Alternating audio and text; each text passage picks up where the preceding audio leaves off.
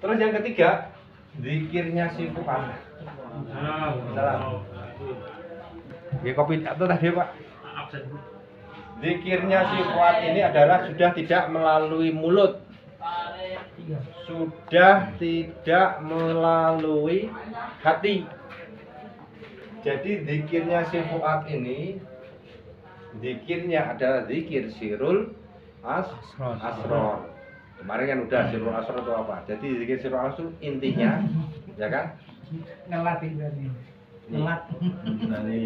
Fuad itu zikirnya adalah sirul asror.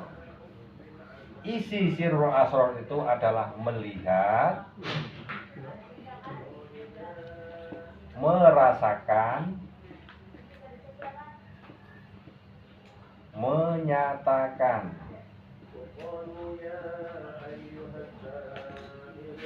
Nanti Fuad sampean itu walaupun sudah tahu ini jelek, ini buruk, yang nggak bisa bohong, kalau bisa dibarengi dengan zikir sirul asror akan lebih tajam lagi. Artinya nanti sampean akan bisa mengakses zikir yang ketiga ini. Ini sama. Jadi yang ketiga ini zikirnya, yang ini dua nih sirul asror ya. Dua ini ya. Sir sama Fuad. Nah, melihat itu apa? Artinya di zikir sirul asror kemarin pengertiannya melihat. Analoginya begini. Kita harus melihat bahwa ini adalah minuman. Harus melihat dulu. Ya kan? Ini analogi ya. Kita harus melihat ini adalah minuman. Kalau sudah melihat gimana? Rasakan. Rasakan minuman tersebut. Menyatakan. Ini contoh. Nah, yang ketiga adalah menyatakan bahwa yang saya minum adalah kok. Karena sudah merasakan. Kalau orang sudah merasakan, dia akan bisa menyatakan. Itu intinya. Jadi baik Fuad atau sir itu zikirnya sirul asror. Semua kita itu kaitkan. Jadi yang berperan ya, yang berperan atau aktornya itu adalah Allah. Contoh, kita melihat kucing. Walaupun kita secara mata ainul basyariahnya melihat kucing, tapi dalam fuad dan syir kita atau dalam hati kita yang lapisan yang ke-4 dan 5 ini, 3 dan 4 ini, kita harus mengimani, kita harus mempercayai bahwa di balik kucing tersebut ada perannya Allah. Jangan kucing itu Allah, jangan. Yang memerankan kucing itu adalah Allah. Jadi analoginya yang dapat banget kita terima itu ketika di dunia kelir, di dunia pewayangan. Misalkan di dunia pewayangan itu ada tokoh, figur Pandawa, Puntadewa, Werkudara, Arjuna, Nakula, Sadewa. Di Kurawa pun ada ya, Dursasana, Sangkuni, Duryudono, Dursilowati, Durmogati, dan banyak Citrakso, Citraksi, malah sembarangan nanti. Semua itu kita itu harus meyakini geraknya wayang, geraknya Citrakso, Citraksi, geraknya Puntadewa, geraknya Werkudara itu adalah ada yang menggerakkan. Itulah sirul asror. Yang gerakkan wayang siapa? Dalang. Nah, artinya ketika kita ke sini itu kan ada peran. Ada peran di balik itu, yang menggerakkan itu adalah Allah. Nah, itulah yang namanya zikir sirul asror yang tingkat pertama. Itu bisa kita praktekkan di dalam segala aktivitas. Yang ngeluarin, masukin napas ada Allah, tapi itu masih ada dua figur loh. Antara yang digerakkan dan yang menggerakkan. Belum ahad. Tapi jangan, ketika masih ada dua unsur ini, ada yang menggerakkan, ada yang digerakkan, ada yang bersuara, ada yang menyuarakan. Itu kan masih ada dua unsur. Artinya masih ada hambanya, masih ada makhluknya. Artinya di situ sampai belum ke alam musyahadah. Paling-paling kalau itu sering kita lakukan, sir kita akan bisa mengakses ghaibnya Allah. Alam Jabarut alam malakut ataupun alam lahut. Itu ketika sir kita sudah. Caranya zikir sirrul asrar tadi. Jadi kita melihat peran atau melihat aktor di balik semua yang kita lihat. Nah, yang kelima, yang terakhir, lapisan hati yang paling terakhir, zikirnya bagaimana? Ini zikirnya adalah fana zikir. Fana itu nggak ada, zikir ya zikir. Terus orang berzikir karena apa?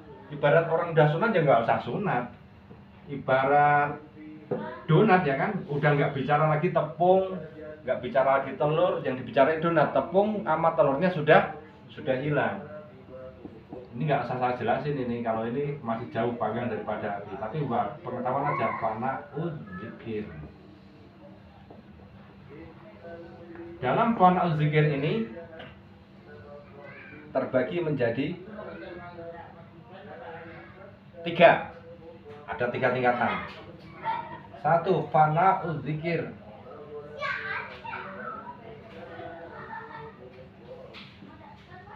Maksum.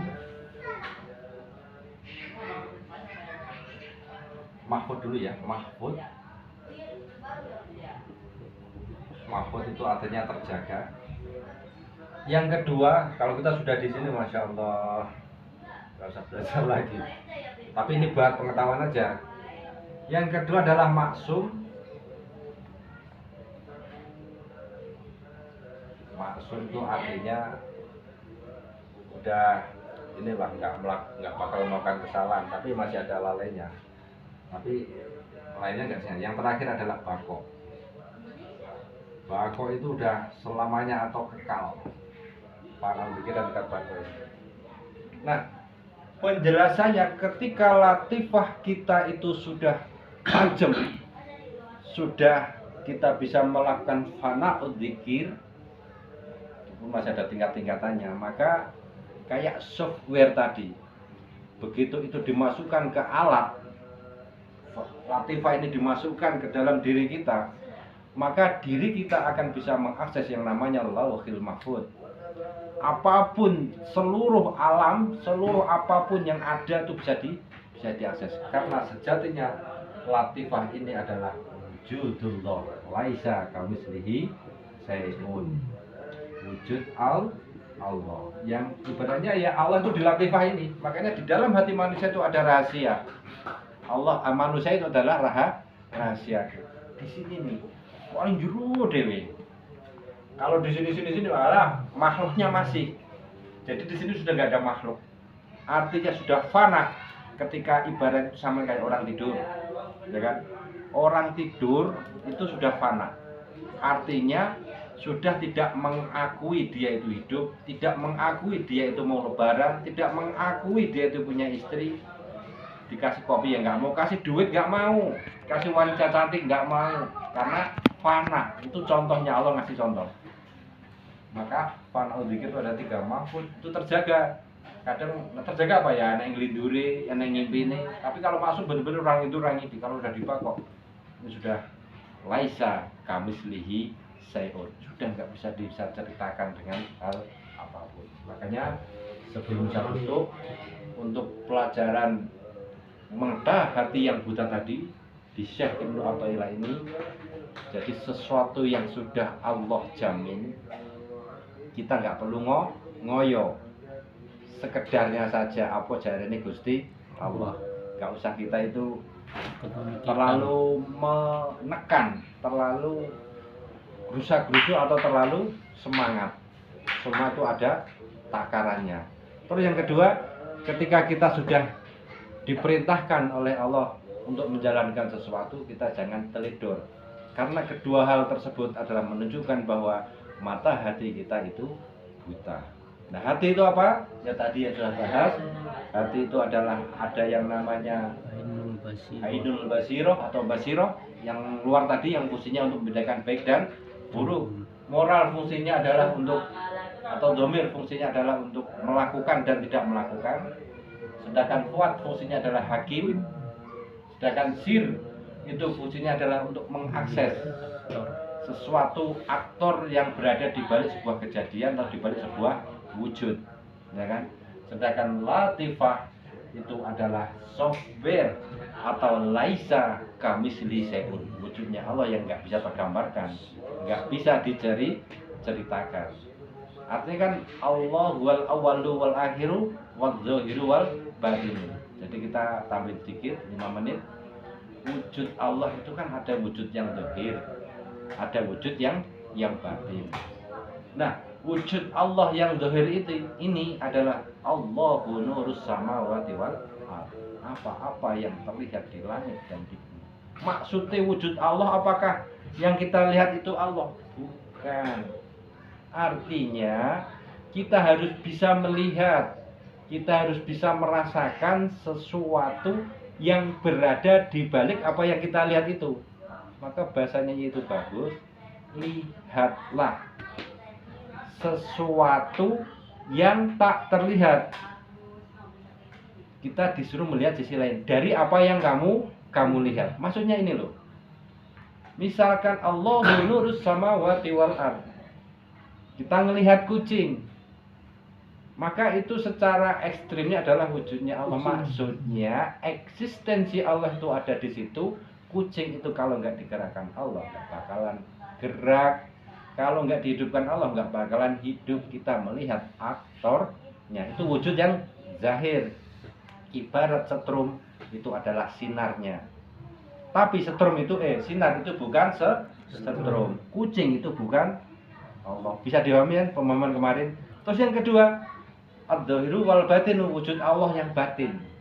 Nah, wujud Allah yang batin itu adalah ya zahir ya batin. Yang di dalam itu adalah laisa kamislihi syai'un. Tidak bisa menyerupai suatu dan tidak bisa diterangkan baik dengan huruf, dengan suara ataupun dengan pemikiran. Nggak bisa. Kalau bisa nanti nggak keren. Aturnya bukan Tuhan, masih bisa terdeteksi. Maha mbuh, pokoknya maha mbuh karep-karepe dhewe Allah itu. Nah, ketika kita sudah bisa mengakses latifah kita ini melalui zikir sirrul asrar kan menuju usul. Usul itu sampai. Maka latifah ketika sudah tajam, maka kita akan bisa melihat wujudnya Allah seperti kasusnya Bimo Suci yang masuk ke dalam telinganya Dewa Ruci, atau kasusnya Sunan Kalijogo ketika masuk ke dalam perutnya Nabi Khidir karena mencari Ka'bah. Ternyata di dalam perut Nabi Khidir, Sunan Kalijogo itu hanya merasakan sesuatu yang nyaman, keadaan yang enak, yang nyaman, dan tidak melihat apa-apa. Hakikatnya wujudnya Allah kan laisa kamislihi syai'un. Dia hampir gak mau keluar itu. Karena belum saatnya ya belum bisa tetap keluar. Bimo Suci pun sama. Maka untuk meraih usul